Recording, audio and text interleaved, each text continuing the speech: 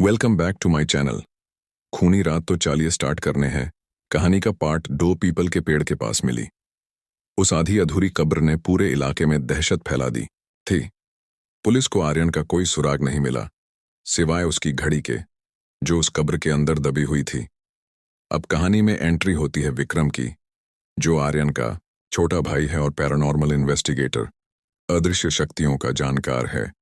वह अपने भाई को ढूंढने उसी काला पानी गांव पहुंचता है। भाग 2, रूहों का बुलावा। विक्रम अपनी टीम के साथ आधी रात को उसी पीपल के पेड़ के पास पहुंचा। उसके पास ईवीपी मीटर, आत्माओं की आवाज रिकॉर्ड करने वाली मशीन थी। जैसे ही वह पेड़ के करीब गया, मशीन की सुई पागलों की तरह घूमने लगी। अचानक सन्नाटे को चीरती हुई एक आवाज आई, विक्रम भागो। वह आर्यन की आवाज थी, लेकिन बहुत ही भारी और दर्दनाक। विक्रम ने अपना थर्मल कैमरा पेड़ की ओर घुमाया। स्क्रीन पर जो दिखा उसे देख उसके साथी की चीख निकल गई। पेड़ की डालियों के बीच एक धड़ लटका हुआ था, जिसके पैर नहीं थे। वह हवा में तैरता हुआ धीरे धीरे नीचे आया। वह आर्यन था, या कम से कम उसकी रूह। उसकी आंखें सफेद पड़ चुकी थीं और उसके गले पर गहरा कट था। भाई, ये क्या हाल हो गया है आपका? विक्रम रोते हुए चिल्लाया। आर्यन की रूह ने इशारा किया उस बूढ़े के खंडहर घर की तरफ। वह इंसान नहीं है विक्रम, वह इस गांव का रखवाला है। उसे हर अमावस को एक जवान शरीर चाहिए होता है, ताकि वह अपनी उम्र बढ़ा सके। मौत का खेल। खंडहर के अंदर विक्रम हिम्मत करके उस खंडहर में दाखिल हुआ। अंदर का नजारा पहले से भी भयानक था। वहां दीवारों पर इंसानी खाल चिपकी हुई थी। बीचों बीच वहीं बूढ़ा आदमी बैठा था, लेकिन अब उसका रूप बदल चुका था। उसका कद 7 फीट लंबा हो गया था और उसके हाथ जमीन तक लटक रहे थे। बूढ़ा जोर जोर से हंसने लगा। एक भाई गया तो दूसरा खुद चलकर आ गया। आज तो मेरा अनुष्ठान पूरा हो जाएगा।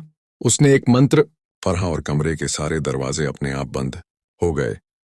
फर्श से सैकड़ों काले हाथ निकलकर विक्रम के पैरों को जकड़ने लगे।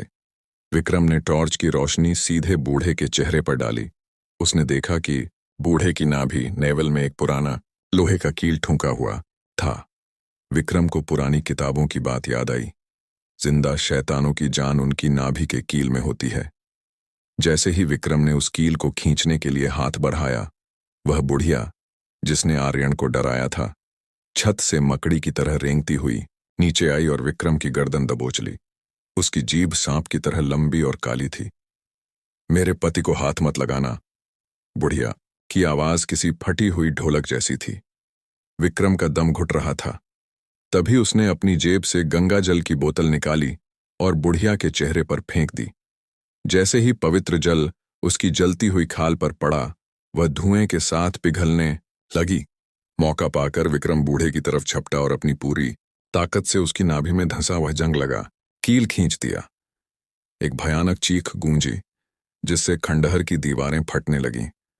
बूढ़े और बुढ़िया का शरीर मिट्टी की तरह ढाने लगा, लेकिन मरते मरते बूढ़े ने विक्रम की आंखों में झांका और कहा, तूने हमें तो खत्म कर दिया, पर अब इस गांव का नया रखवाला तू बनेगा। सूरज निकला। पुलिस और गांव वाले वहां पहुंचे। उन्होंने देखा कि खंडहर गायब हो चुका था। वहां सिर्फ एक खाली मैदान था। विक्रम वहां अकेला बैठा था। जब पुलिस ने उससे पूछा कि वह ठीक है या नहीं, तो विक्रम ने धीरे से सिर उठाया। उसकी आंखें अब पूरी तरह सफेद हो चुकी थीं और उसके चेहरे पर वही डरावनी मुस्कान थी जो उस बूढ़े के चेहरे पर थी। उसने धीमी आवाज में कहा, मैं ठीक हूं, बस अगला शिकार ढूंढ रहा हूं।